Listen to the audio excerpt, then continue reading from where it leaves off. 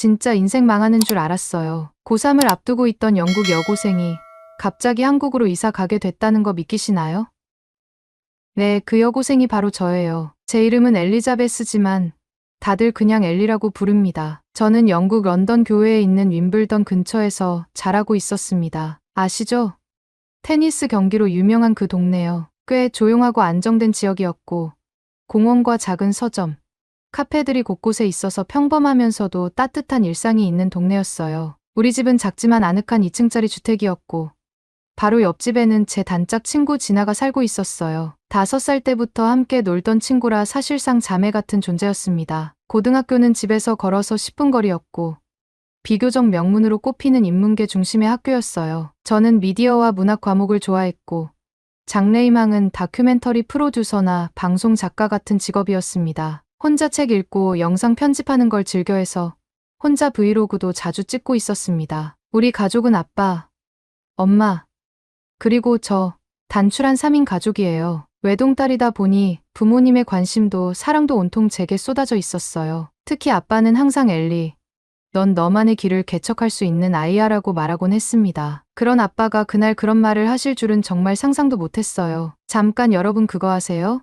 여러분의 구독, 좋아요, 알림 설정은 저에게 가장 큰 힘이 됩니다. 클릭 한 번으로 제게 큰 힘을 주시길 바라요. 엘리, 중요한 얘기 좀 하자. 앉아볼래? 아빠의 얼굴은 그날따라 무척 진지했어요. 저는 무슨 일인지 몰라 긴장한 채 소파에 앉았습니다. 아빠가 맡은 프로젝트가 잘 풀려서 한국의 사업을 확장하게 됐어. 그리고 앞으로 2년간 가족이 함께 한국에서 지내야 할 것 같아. 그 말을 듣는 순간 머리가 하얘졌어요. 한국이요? 너무 황당하고 말도 안 된다고 생각했어요. 아직도 진아와 공원에서 놀던 기억이 선명한데 갑자기 전혀 알지도 못하는 나라로 이사라니요. 그날 밤 방에서 혼자 얼마나 울었는지 몰라요. 진아한테도 전화해서 진짜야. 아빠가 한국 간대. 나 완전 망했어라고 울먹였더니 진아도 같이 울면서 너 없으면 나 진짜 어떻게 살아라고 했습니다. 저희는 새벽까지 전화를 끊지 못했어요. 대학교 입학 준비도 한창이었어요. 영국 UCAS 원서를 쓰고 있었고 자소서 초안도 거의 다 완성됐고 진학 상담 선생님과 매주 면담까지 하고 있었거든요. 이 모든 걸 갑자기 접고 한국으로 간다고요.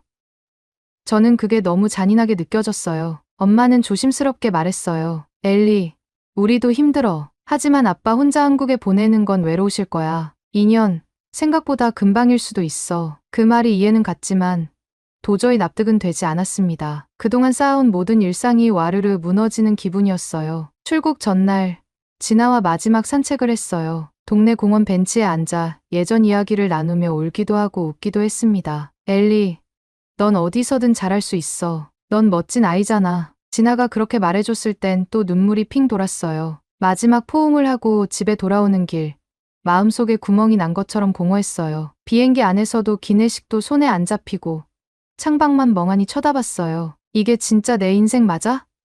꿈 아니야?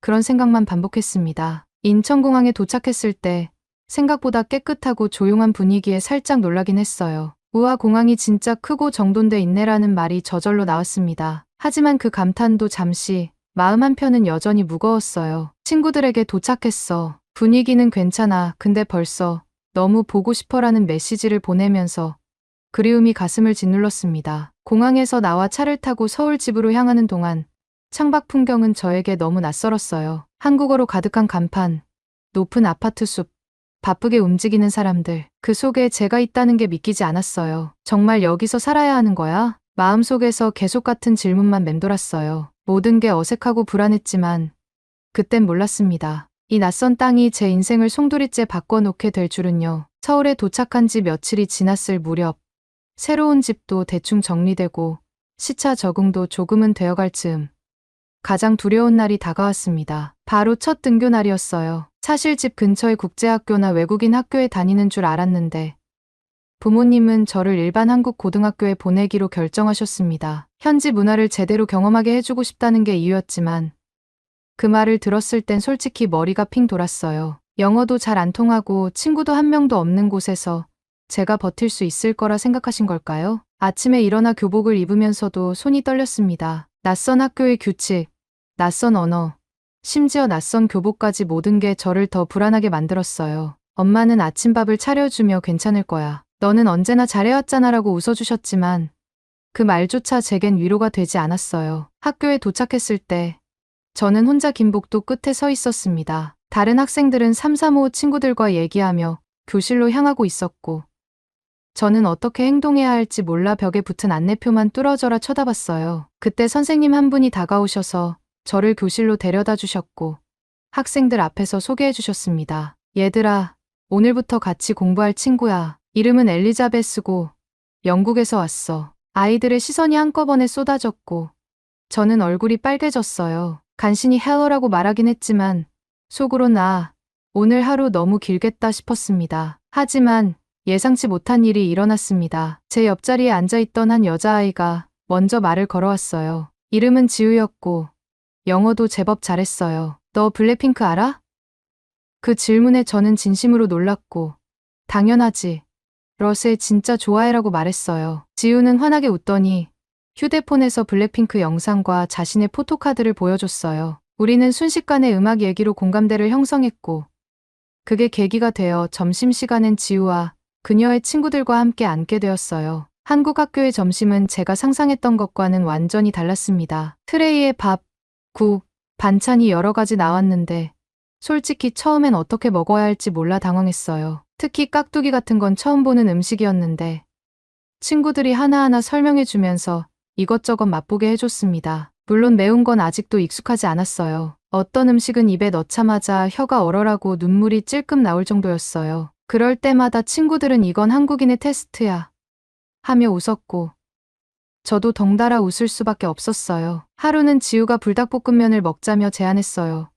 로제 맛은 덜 매워. 너도 할 수 있어 라고 하길래 반신반의하면서 도전했죠. 근데 생각보다 괜찮았고 그날 이후 매운 음식에 대한 공포는 조금 줄어들었습니다. 오히려 친구들이랑 매운 거 먹고 땀 흘리면서 웃는 시간이 너무 재밌게 느껴졌어요. 하교길엔 친구들과 함께 근처에 있는 올리브영에 들렀습니다. 한국의 드럭스토어 문화는 정말 신세계였어요. 수많은 브랜드의 화장품과 스킨케어 제품들이 눈앞에 펼쳐져 있었고 테스터로 이것저것 발라보며 친구들이 이건 꼭 사야 해.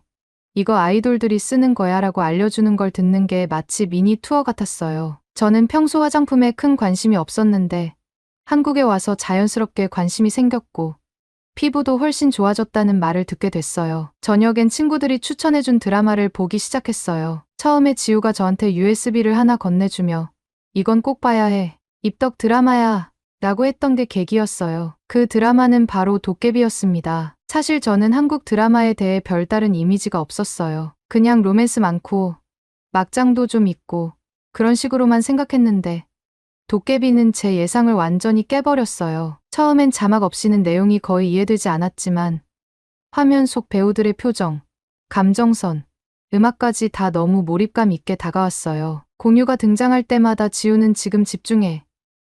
이 장면 진짜 레전드야? 라며 눈을 반짝였고 저도 어느 순간부터 배우들 이름을 외우고 있었어요. 자막을 따라가면서 점점 자주 등장하는 단어들을 익히게 되었고요. 예를 들어 괜찮아요 나 정말 같은 말들은 드라마를 보며 자꾸 듣다 보니 저도 모르게 흉내를 내게 됐어요. 그 다음엔 이태원 클라스를 봤습니다. 이번엔 혼자 자막 켜고 도전해봤는데 주인공 박세로이의 뚝심 있는 모습에 감동받았고 한국의 사회문화적인 면모도 알게 됐어요. 특히 음식 장면이 많아서 드라마 볼 때마다 배가 고파졌는데 친구들이랑 저기 나오는 순두부찌개 우리도 먹으러 가자고 하며 직접 찾아가 보기도 했어요. 드라마 하나가 단순한 오락을 넘어서서 한국 문화를 체험하고 언어를 익히는 통로가 되어주더라고요. 드라마를 보면서 저는 한국어 공부도 함께 하기 시작했어요. 처음엔 대사 몇 개 받아 적는 수준이었는데 나중엔 자주 나오는 표현들을 따로 정리해서 벽에 붙여놓기도 했어요. 지우랑 친구들은 제가 드라마 대사를 따라하면 깔깔 웃으면서 헐,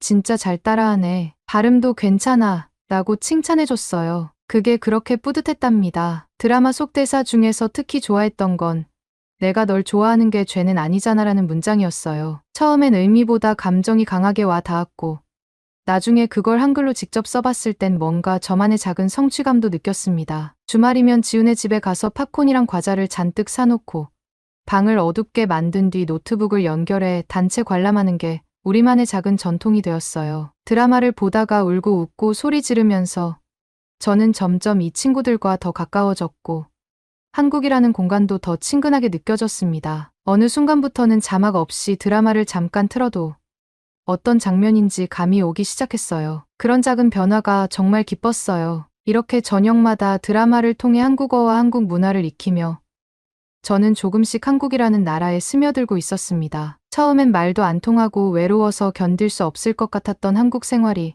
어느새 조금씩 익숙해지고 있었습니다. 매일 새로운 걸 배우고 친구들과 웃고 맛있는 걸 먹고 길거리 간식도 하나둘씩 도전해보면서 제 안의 무서움은 호기심으로 바뀌고 있었어요. 진아와 연락을 주고받으면서 저는 솔직히 한국 나쁘지 않아. 오히려 재미있어라고 말할 수 있게 되었어요. 진아도 너 그렇게 말하는 거 처음이야. 대박이라며 깜짝 놀랐어요. 그날 이후 저는 더 이상 언제 다시 영국 돌아가나만 생각하지 않았어요. 오늘 누구랑 점심 먹을까? 이번 주말엔 어디 가볼까?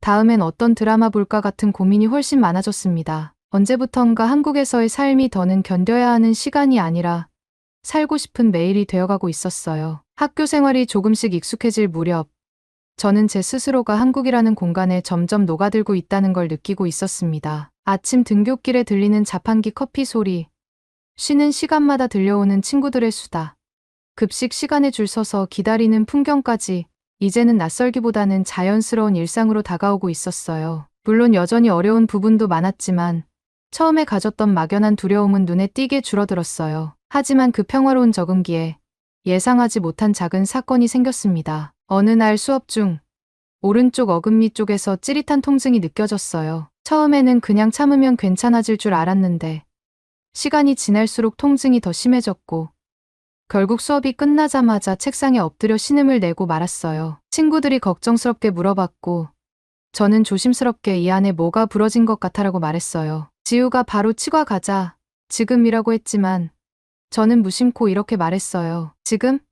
예약도 안 했고 그냥 바로 가도 되는 거야? 그 말을 듣고 지우는 눈이 동그래지더니 당연하다는 듯이 말했어요. 여긴 한국이야. 당연히 바로 가지. 저는 솔직히 믿기지 않았습니다. 영국에서는 웬만한 경우 아니면 치과 예약은 몇 주 전에 해야 했고 응급이 아닌 이상 당일 진료는 꿈도 못 꿨거든요. 결국 친구들과 함께 근처 치과에 갔고 믿기 어렵게도 당일 접수 후 바로 진료를 받을 수 있었어요. 간호사분들도 매우 친절하셨고 의사 선생님은 능숙한 영어로 저를 편안하게 해주셨습니다. 치료는 빠르고 정밀하게 진행됐고 모든 과정이 깔끔하게 정리되어 있었어요. 치료를 마치고 나오는 길에 결제 창구에서 받은 영수증을 보고 한 번 더 놀랐습니다. 진짜 이게 다예요? 영국에서 같은 치료를 받았다면 몇 배는 들었을 거예요. 친구들은 그래서 다들 한국 의료 좋아하는 거야 하며 웃었고 저는 속으로 진짜 대단하다고 생각했어요. 그날 이후 한국의 의료 시스템에 대한 신뢰감이 생겼고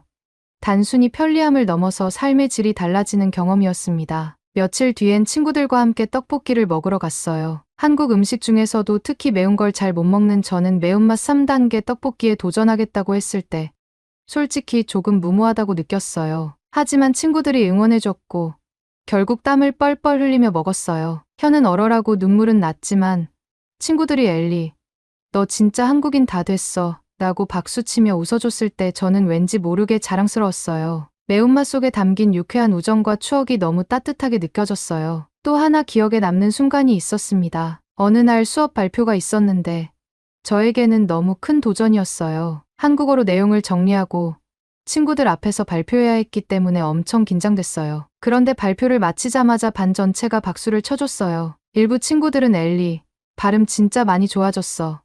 내용도 재밌었어 라며 칭찬해줬고 저는 부끄러우면서도 뿌듯한 기분이 들었어요. 그날 저녁 엄마랑 식사하면서 조심스럽게 속마음을 꺼냈어요. 엄마 나 요즘 한국이 점점 좋아져요. 처음엔 무서웠는데 지금은 여기가 내 자리가 된 것 같아요. 엄마는 조용히 웃으시며 제 머리를 쓰다듬어 주셨어요. 그래, 엘리, 너는 어디서든 스스로 길을 만들어가는 아이니까. 그 말을 듣고 나서 한참을 생각했어요. 처음 한국에 왔을 때의 절망과 외로움이 스쳐 지나갔고 지금은 친구들과 함께 웃고 있는 저 자신이 너무 낯설면서도 자랑스러웠어요. 언제부턴가 이곳은 더 이상 살아야만 했던 곳이 아니라 제가 살고 싶어진 곳이 되었어요. 그리고 그 변화는 어느 날 갑자기 온 게 아니라 매일의 일상 속에서 조금씩 차곡차곡 쌓여온 감정이었어요. 낯선 땅이 천천히 저를 품어줬고 저도 그 품속에서 조금씩 한국이라는 세상에 녹아들고 있었어요. 이 경험은 저에게 단순한 유학이나 체류가 아니었어요. 정말 제 인생을 바꾸는 하나의 전환점이자 앞으로의 꿈과 방향을 다시 생각하게 만든 계기였습니다. 2년이라는 시간이 흐른다는 건 머리로는 짧다고 느껴지면서도 실제로는 엄청나게 많은 일들이 벌어질 수 있는 기간이었습니다. 처음 한국에 왔을 때는 시차 적응도 안 된 채 매일 눈물로 베개를 적시던 제가 어느덧 졸업사진을 찍고 교복의 친구들의 낙서를 받으며 마지막 인사를 하는 날을 맞이하게 되었어요. 낯설고 무서웠던 교실이 이제는 제일 익숙한 공간이 되었고 멀게만 느껴졌던 친구들은 저를 가족처럼 감싸주는 존재가 되어 있었습니다. 졸업식 날, 저는 지우와 나란히 서서 사진을 찍었어요. 꽃다발을 주고받고 서로 눈가가 촉촉해지도록 안아주며 우리 계속 연락하자. 절대 잊지 마라고 몇 번이고 다짐했어요. 그런데 그 기쁨도 잠시뿐이었습니다. 집에 돌아오자마자 아빠가 조심스럽게 말을 꺼내셨어요. 엘리야, 우리 이제 슬슬 돌아갈 준비해야 할 것 같아. 아빠 계약도 끝나고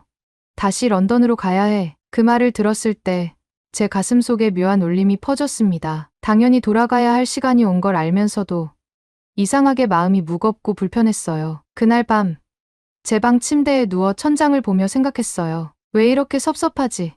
영국은 분명 제가 태어나고 자란 고향인데 이제는 그곳이 낯설게 느껴지기 시작했어요. 반면 한국은 처음엔 낯설었지만 지금은 익숙하고 편한 공간이 되었고요. 며칠 동안 고민이 이어졌습니다. 영국으로 돌아가면 다시 친구들과도 만나고 원래 꿈꾸던 대학에 진학할 수도 있었어요. 하지만 한편으로는 한국에서 시작한 이 모든 것들을 여기서 끝내기엔 너무 아쉽다는 생각도 들었어요. 한국어는 여전히 완벽하지 않았지만 일상 대화 정도는 무리 없이 가능했고 무엇보다 저는 이곳에서 내 사람들을 만났어요. 저를 인정해주고 사랑해주고 함께 울고 웃어준 사람들이요. 결국 저는 결정을 내렸습니다. 아빠에게 말했어요. 아빠, 저 한국에 남고 싶어요. 여기서 대학 가고 싶어요. 아직 하고 싶은 것도 많고 이곳에서 더 살고 싶어요. 아빠는 한동안 아무 말 없이 저를 바라보셨고 이내 조용히 고개를 끄덕이셨어요. 그래, 엘리, 너답게 결정했구나. 내가 원한다면 아빠는 언제든 응원할게. 그렇게 저는 한국에 남기로 했고 아빠는 다시 영국으로 돌아가셨습니다. 엄마는 당분간 한국과 영국을 오가며 저를 도와주기로 했고요. 처음에는 둘이 떨어져 지내는 가족의 모습이 어색했지만 점점 익숙해졌습니다. 영상통화와 메신저로 하루에도 몇 번씩 연락했고 아빠는 종종 한국에 출장 올 때마다 맛있는 음식과 선물을 잔뜩 사오셨어요. 대학교 준비는 생각보다 쉽지 않았어요. 언어 장벽도 있었고 문화적인 부분에서 오는 차이도 여전히 존재했어요. 하지만 다행히도 저를 응원해주는 친구들과 선생님들, 그리고 지우의 전폭적인 지원 덕분에 저는 서울에 있는 한 대학교 국제학부에 당당히 합격할 수 있었습니다. 합격자 발표가 나던 날, 저는 친구들과 함께 떡볶이를 먹고 있었어요. 엘리, 떨려? 곧 결과 뜬다며. 지우가 묻자 저는 고개를 끄덕였고 떨리는 손으로 휴대폰을 열어 결과 페이지에 들어갔습니다. 합격했어. 그 말이 나오자마자 친구들이 와르르 제 쪽으로 달려와 저를 안아줬어요. 대박. 진짜 축하해. 엘리야. 그 순간 저는 울음을 터뜨렸어요. 처음 한국에 왔을 때의 그 외로움과 두려움이 한꺼번에 떠올랐고 이렇게까지 버텨온 제 자신이 대견하기도 했어요. 대학교 입학 후에는 더 많은 사람들을 만나고 더 다양한 한국 문화를 경험할 수 있었어요. 봉사활동, 동아리, 축제, 그리고 교환학생 친구들과의 교류 등 바쁜 나날들이 이어졌지만 저는 하루하루가 즐겁고 감사했어요. 물론 힘든 날도 있었지만 이젠 혼자 울지 않았어요. 옆에는 항상 함께 해주는 친구들이 있었고 가족의 따뜻한 응원도 느낄 수 있었어요. 어느 봄날 벚꽃이 흐드러지게 피던 캠퍼스에서 혼자 벤치에 앉아 하늘을 바라보며 이런 생각이 들었습니다. 정말 잘 왔다. 한국에 오길 정말 잘했어. 처음엔 원하지 않았던 선택이었지만 지금은 이 선택이 제 인생 최고의 전환점이 되었습니다. 이제는 한국이라는 나라가 단순히 머물렀던 외국이 아니라 제 두 번째 고향이 되었어요. 언어,